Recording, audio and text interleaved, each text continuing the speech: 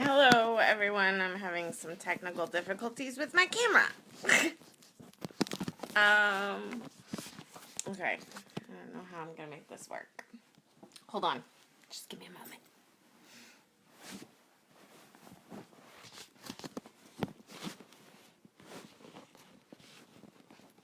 Oh, hi, Amanda. This is ridiculous.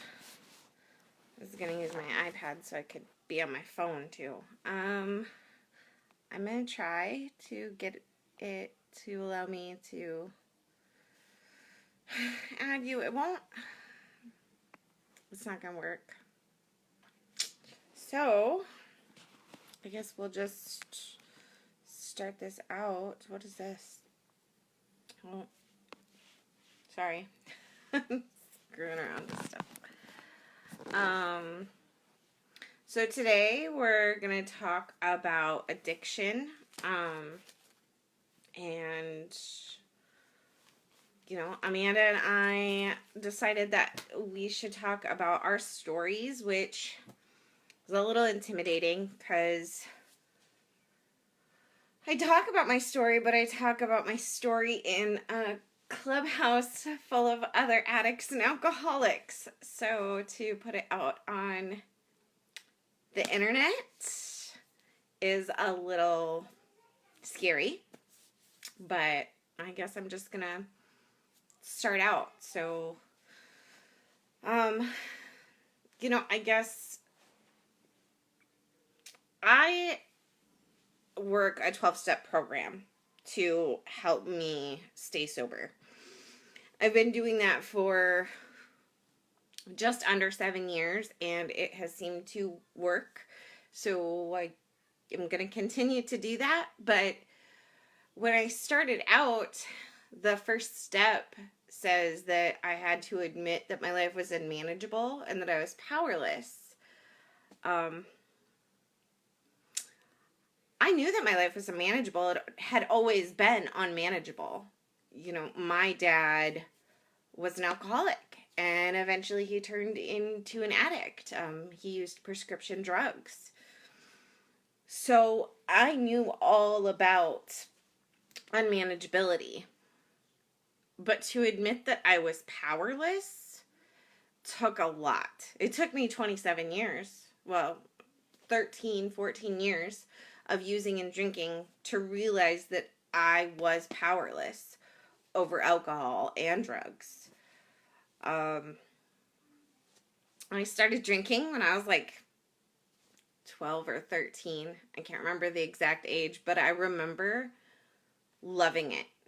From the first drink of Southern Comfort that I had, I loved it. It turned me into this very carefree, fun person that I didn't think I was without alcohol. It gave me liquid courage, which I didn't feel like I had. I felt like I was a pretty shy girl. I was not very confident in myself. And all that changed the minute that I took that first drink.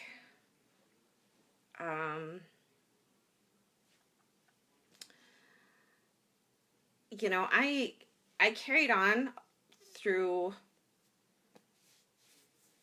most of my teen years drinking pretty heavily. I didn't care what I had going on.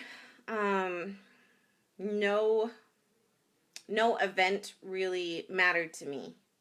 It didn't prevent me from drinking. So I would drink at school when I was young. When I first started drinking, I remember my friend and I decided we were going to drink at school, which was insane, but that was our decision. And then I remember just going out and getting drunk every night, whether I had school the next day or not. And I know that my friends were worried. I heard often that I drank too much, that I was too concerned with partying. But I didn't care. I enjoyed it. Um, and I didn't, at that time, I didn't see the harm in it. You know, to me, it fixed everything that was messed up in my life. Um, in reality, it did not. You know, it gave me a lot of struggles to have to get through, which, looking back now, I can see that. At the time, you know, I just wanted to escape reality. I didn't want to deal with the fact that my dad was an alcoholic and an abusive drunk. I didn't want to deal with the fact that my mom just tolerated all of it. I didn't want to deal with the fact that I lost my virginity at such a young age. I mean, I'm sure that that was part of it. At the time that it happened, I did not think that it was traumatic in my life. I had, I guess, this twisted sense of popularity from it. I don't really know. It was weird. But I drank pretty much, like I said, every day up until my sophomore year. And then that summer I tried meth for the first time.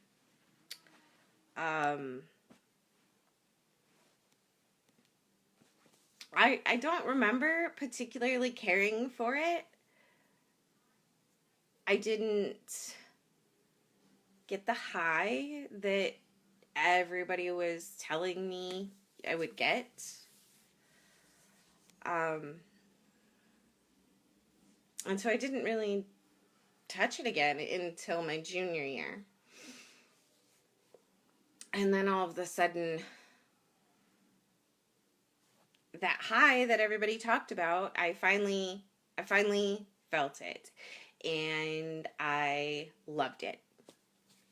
You know, I was able to stay on top of my homework and work a lot of hours and drink and not be that crazy white girl wasted that I have always been.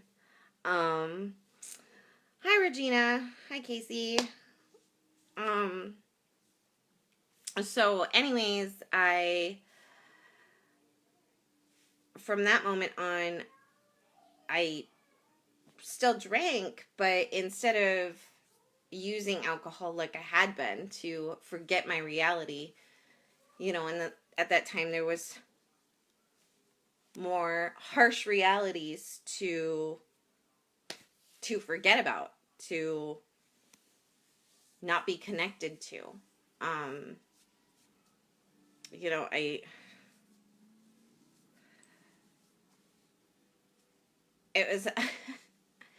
was not what a normal high school girl looks at her life and sees, you know.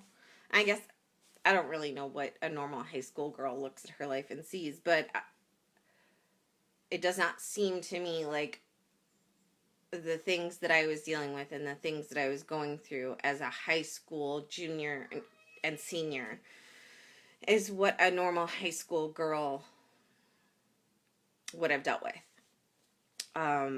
You know, I wasn't really planning for prom or the Friday night football games or just nothing normal, you know. It was I was planning the party, or I was planning to use, and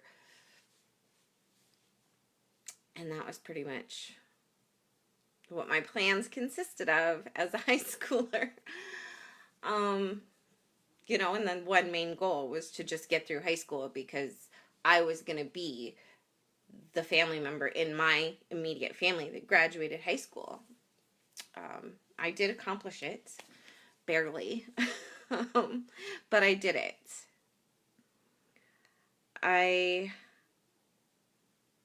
Shortly after I graduated high school, I decided to end my relationship with my high school sweetheart and quit using meth all at the same time, which was easy enough because I removed myself from the life. I cut ties with a lot of the people that I had been friends with up until that point. And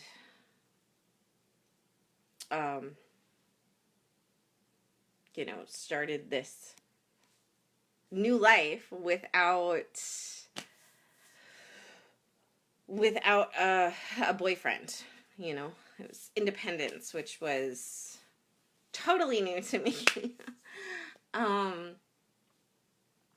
I remember thinking that things were going to be just fine, that I was just going to drink and not use, and everything would be just perfect because I wouldn't be using drugs. And for a while that worked. And then I met another boy and decided to have another relationship, and the drugs came back. And I used a few times in between meeting my son's father and having my son.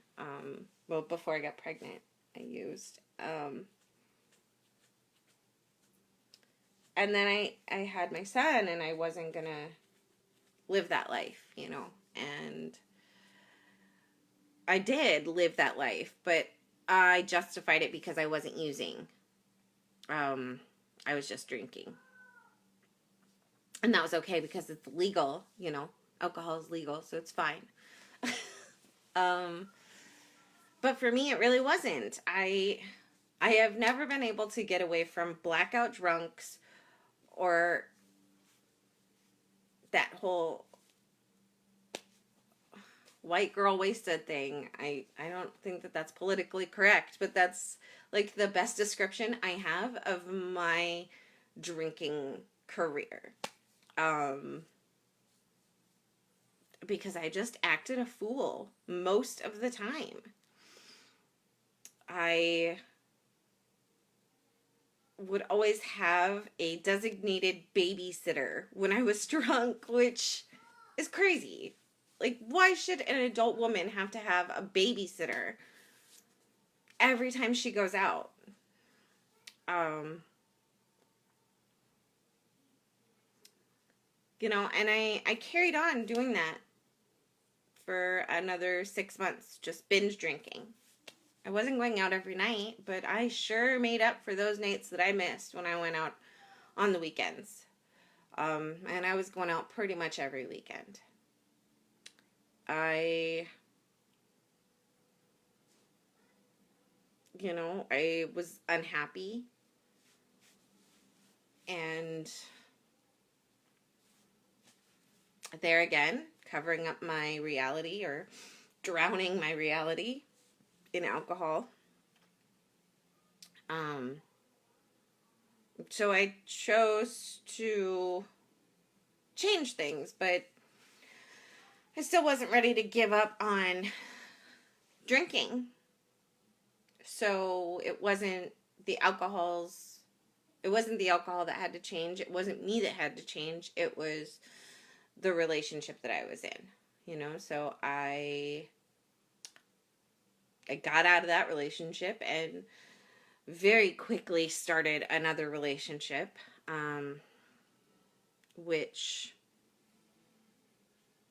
was with a guy who had a party house. And so there was a lot of drugs at the beginning of that relationship. And one day I realized that I had to slow it down. again, um, you know, I didn't realize that at that moment or in any of those moments that it was a cycle, but it really is. It was the same cycle over and over. I would change my life up a little bit, meet a new person, decide to use drugs because, that person wanted to use drugs or because I wanted to use drugs with them. And, that it would just start all over.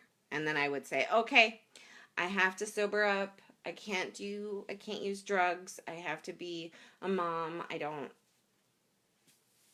have time to party like this. Um, and so I went back to drinking every weekend. And every weekend turned into every weekend plus Wednesdays, and every weekend plus Thursdays, and every weekend plus Tuesdays.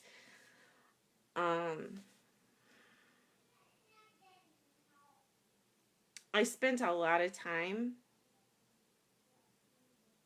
catering to my addiction when I should have been catering to my family. Um, you know, Mason is 13 now. So I've been sober now for half of his life. But that means that kid remembers things that I wish he wouldn't. Hi, Brittany. I lost my train of thought. I'm sorry. Just let me collect my thoughts.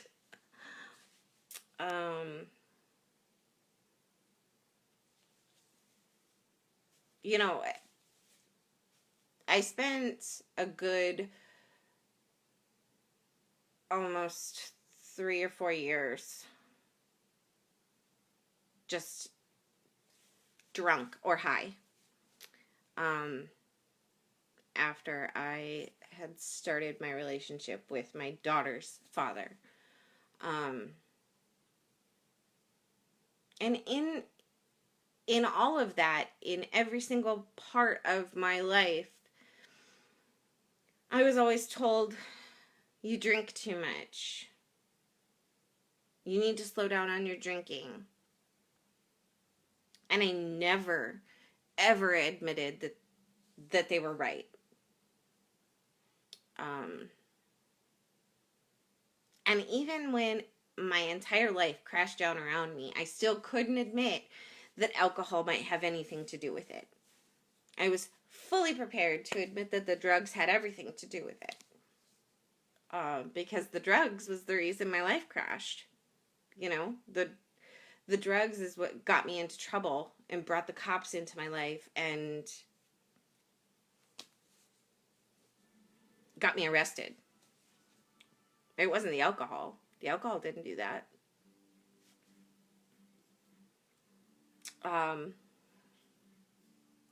Fast forward to right about the time that, well, when I chose to start using drugs heavily again, I was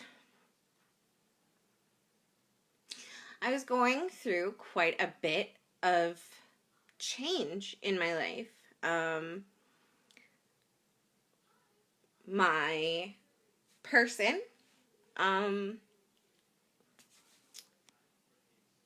moved away so she could have a better life. And I was not angry at her for that. I'm not using that as an excuse. So please understand that. But it was tough. I had leaned on her for everything. She was my safe place.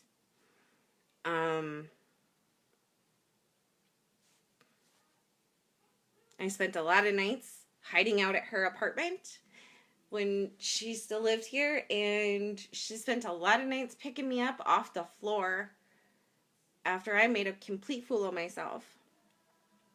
Um, but she had to move. She had to go to better her life and her boys' life, and she's done an amazing job with that. Um, and so she had moved, and I tried to just carry on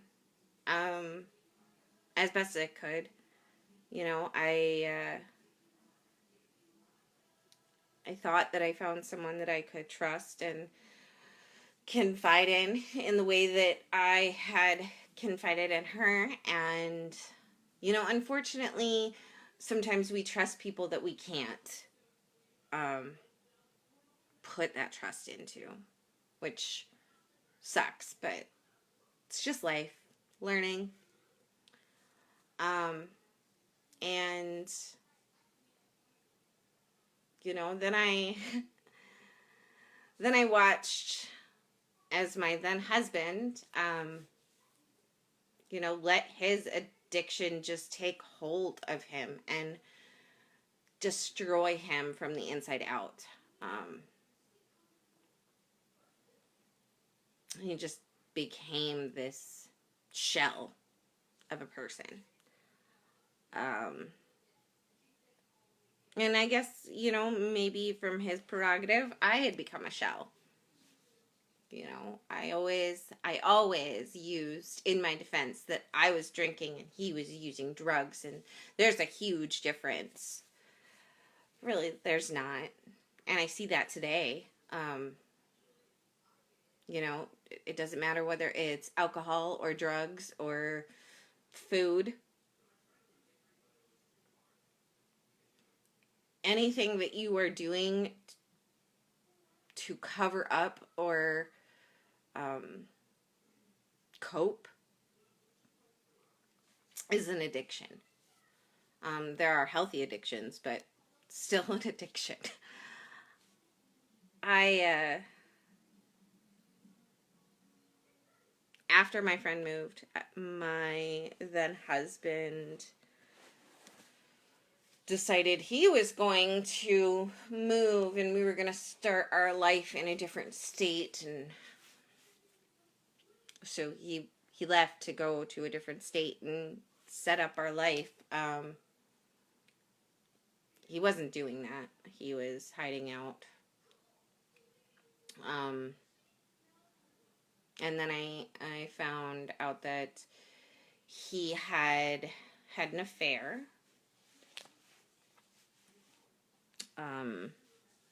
So I became very vengeful and wanted, you know, to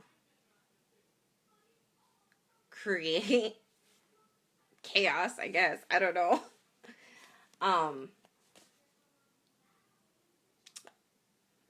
Anyway, so one night I walk into the bar and there's this person there who I know is, you know, he's a drug addict. I know that.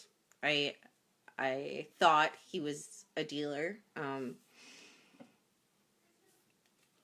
And so for whatever reason he chose to strike a conversation with me. And you know, that conversation led to him telling me he could get me some green. Um, because that was the drug that I chose to use throughout the entirety of me drinking and using. I always smoked pot. I started smoking pot, I think, when I was like 14 or 15, and I just always did after that.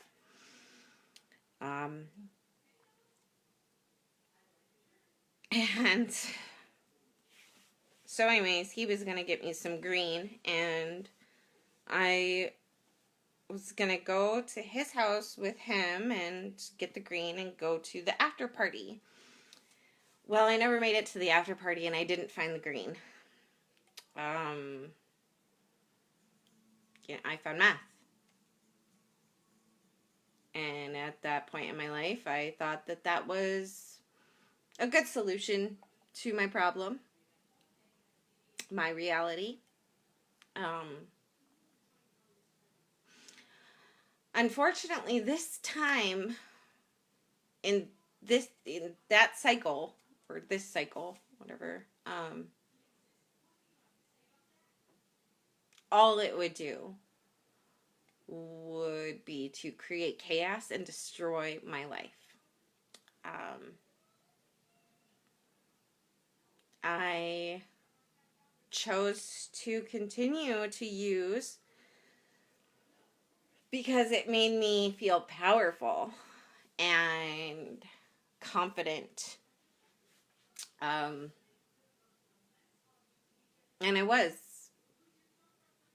I didn't have those things in my life.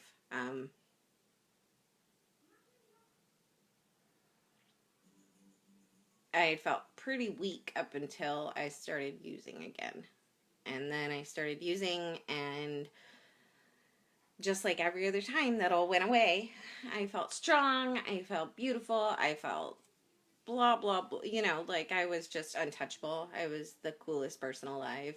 I don't know.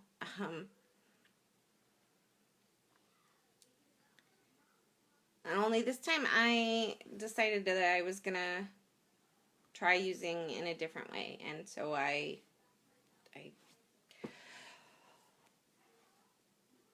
decided to try using with a needle, and that completely spun everything out of control. Everything. Uh,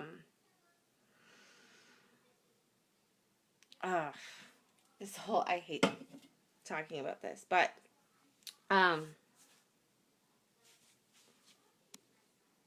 I continued to use that way for like, I don't know, it was like 6 or 7 months tops. And in that time frame, I lost everything that I had thought would always be there.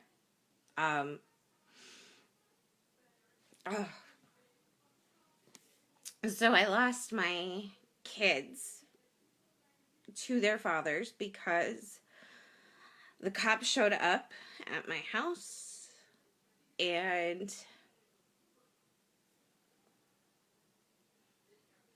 had to take me in to custody. And unfortunately, I had my daughter at my house, so the cops knew, like, okay, she's got kids, which I live in a very small community. They would have known anyways. Like, it's not like, had my daughter not been there, that Child Protection Services wouldn't have gotten called. It would have, because I live in a small community. I grew up with these cops. They had always been cops.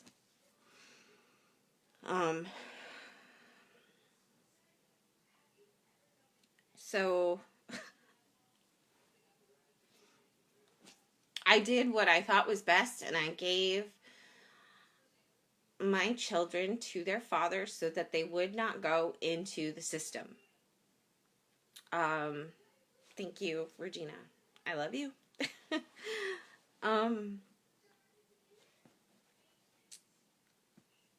So they went and they stayed with their dads, and I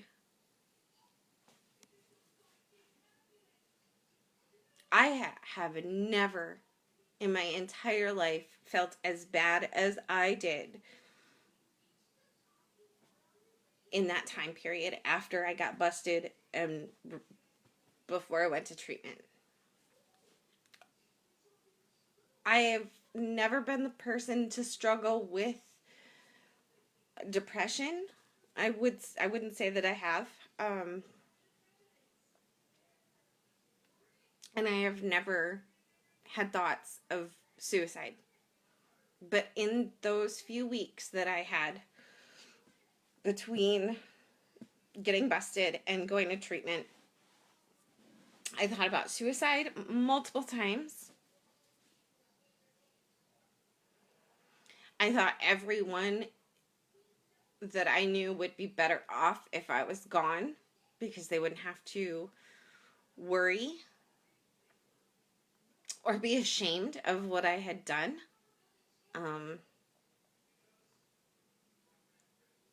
I think that was the biggest thing that I struggled with, the shame of it. Like I said, I live in a very small community and I was mortified of the things that I had done. Um,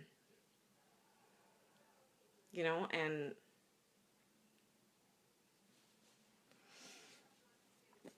so I went to treatment and I was going to be all better and treatment was going to fix everything. Um,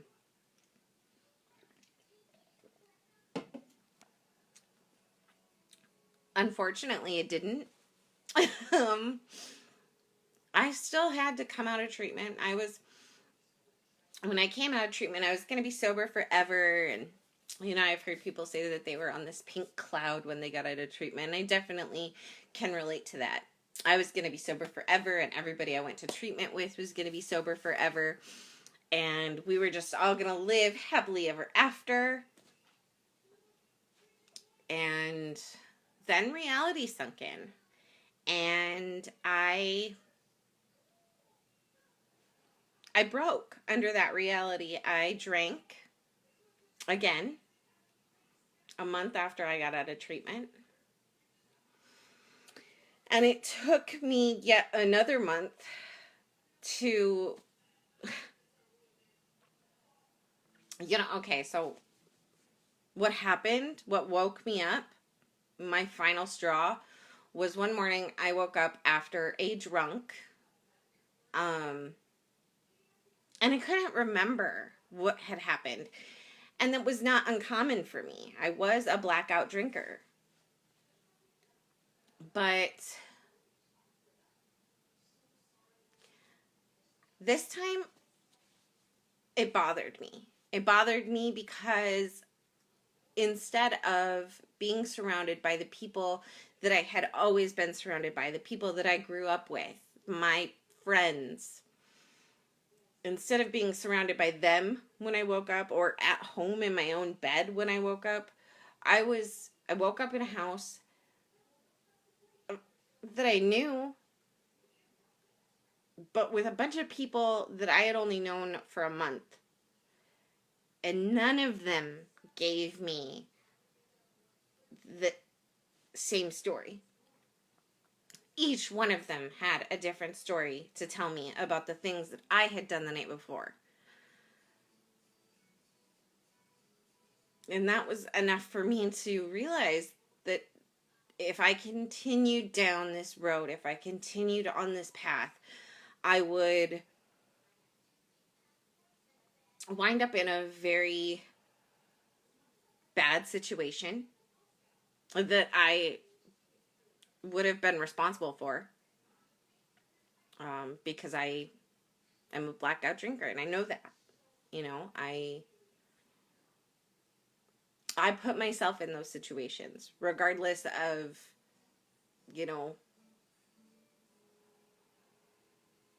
what is right and wrong on their behalf. It was still my choice to do that. Anyways, I also knew that if I continued to drink and use, that I would never see my kids again.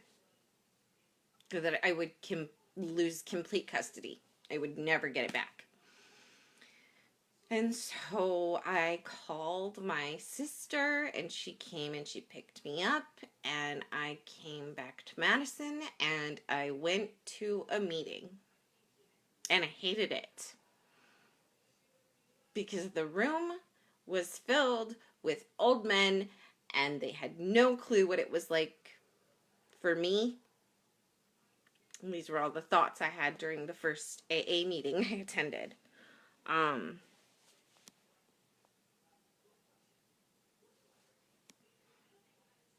I, however, had a couple ladies on my side who convinced me to keep going. to just keep trying to be comfortable in the rooms. And so I did what they suggested because they were sober and they were happy. They seemed happy. And so I did. I continued to go to this one meeting. It was a Tuesday night meeting, and I loved Tuesday night meetings when I started. Because the room was full. You know, it was like all of these alcoholics, all of these addicts came together for an hour to just give their experience, strength, and hope to each other, and to give wisdom on how to live life on life's terms, which I had no clue how to do. So I continued to go to Tuesday night meetings, and I continued to add meetings to my schedule. And then I don't know, eventually I realized that in recovery I had to be open, and I had to be willing, and I had to be honest. You know, I realized that in addiction, in my drinking, I was never honest. I always claimed I was, but I was not. I always pointed the finger at everyone else, and I blamed people for my drinking and my drug use.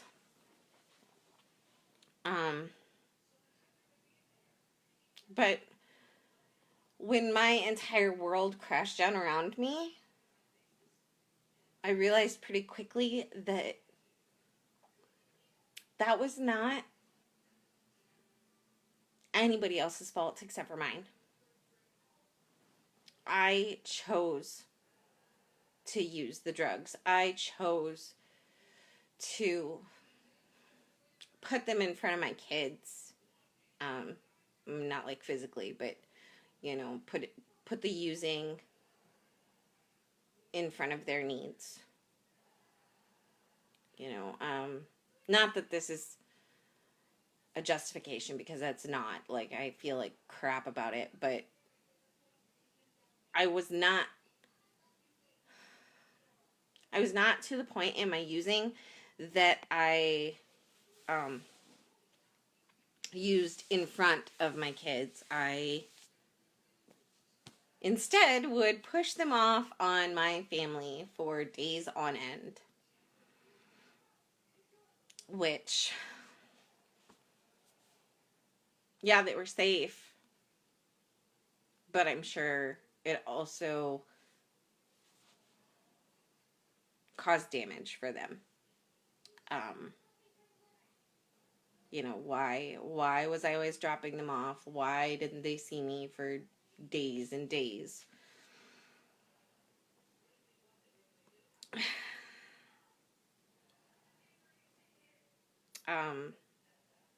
You know, in sobriety, I have had to struggle with the shame, the guilt of what I put my kids through.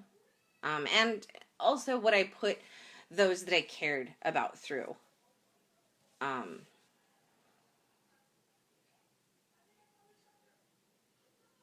I know today that those decisions and those actions, they were my doing. I did them, but that's not the person I am.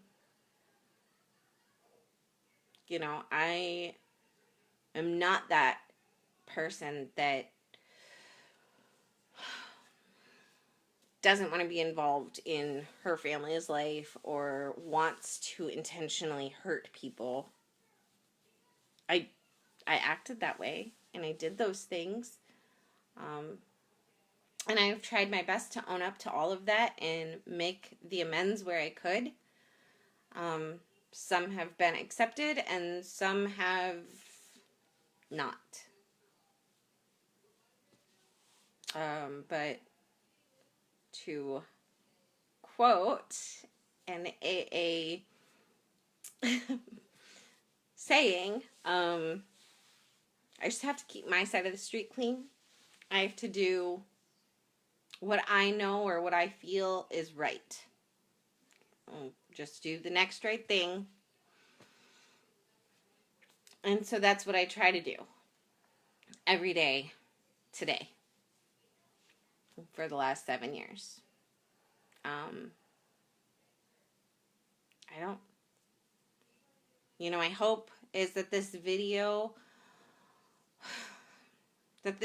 will give hope or strength or wisdom to someone who is going through what I went through or is struggling.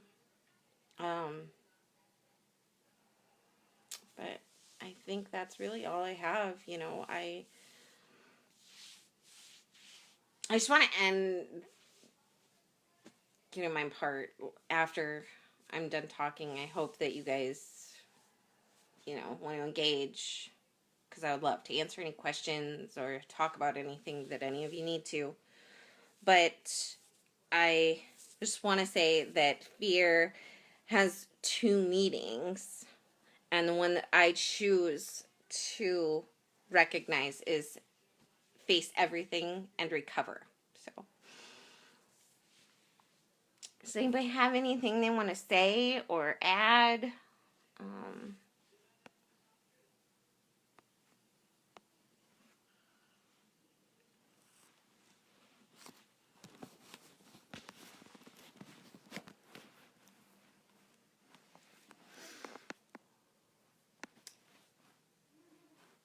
I think.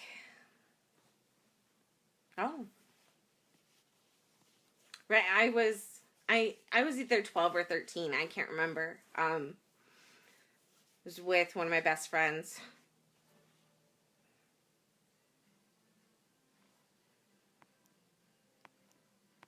Well,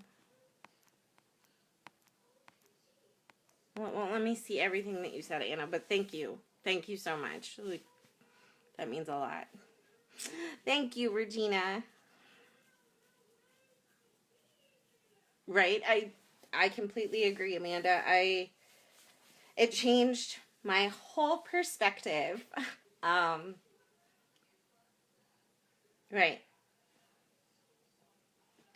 I think for me that it was the fact that I could be carefree. I was not worried about what my parents thought or what anyone thought. And that was relieving.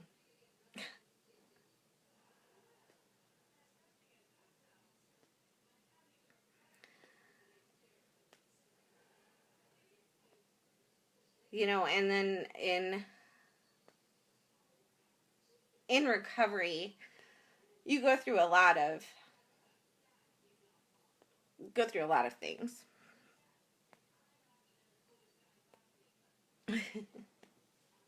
I cannot wait to hear your story, Amanda. I'm looking forward to it.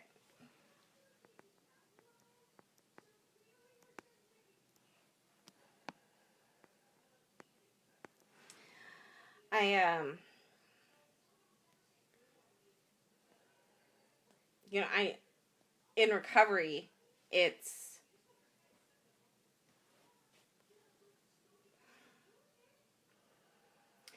just it's amazing to me. I've said it before in a couple personal posts, but I'm not friends with all of you on here. Some of you, but I the only way that I can describe my life today